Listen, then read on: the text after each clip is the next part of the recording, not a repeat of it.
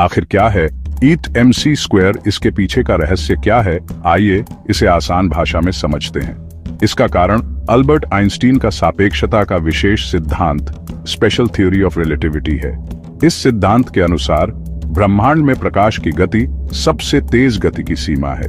किसी भी वस्तु को जिसका द्रव्यमान मैस हो, प्रकाश की गति तक पहुंचाना असंभव है, और इससे तेज तो बिल्कुल भी नहीं। इसके दो मुख्य कारण हैं। नंबर 1, द्रव्यमान में वृद्धि। जब कोई वस्तु बहुत तेजी से चलती है तो उसका द्रव्यमान बढ़ जाता है। ये एक बहुत ही अजीब लेकिन सिद्ध वैज्ञानिक तथ्य है।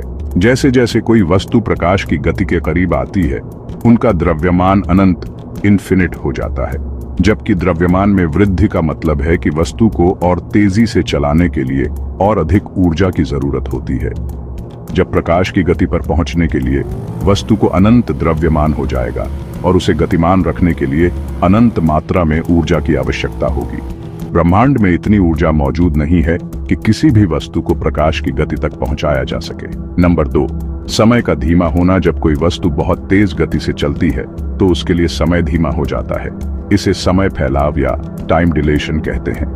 जैसे जैसे आप प्रकाश की गति के करीब आते हैं, आपके लिए समय लगभग रुक जाता है। यह एक और कारण है कि आप प्रकाश की गति तक नहीं पहुंच सकते। अगर आप पहुंच गए तो आपके लिए समय पूरी तरह से रुक जाएगा।